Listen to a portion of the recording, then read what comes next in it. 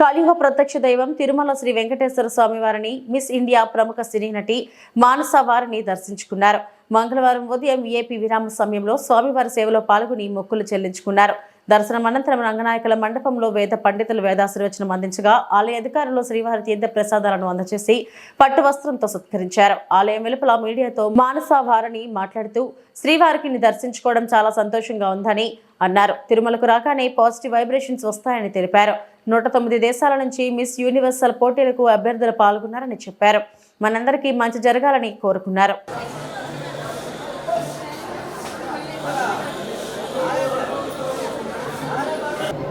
అందరికీ నమస్కారం. ఈరోజు తిరుమలలో చాలా మంచి దర్శనం జరిగింది. చాలా గ్రేట్ఫుల్గా ఉన్నాను. చాలా పాజిటివ్ వైబ్రేషన్స్ ఉన్నాయి ఇక్కడ.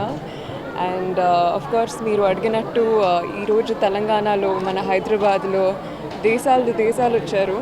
We have 109 countries. చాలా సంతోషము. అండ్ ఈ సెలబ్రేషన్లో ఈ యూనిటీతో ఒక మంచి మీ అందరికీ కోరుకుంటున్నాను, మనందరికీ కోరుకుంటున్నాను. Thank you.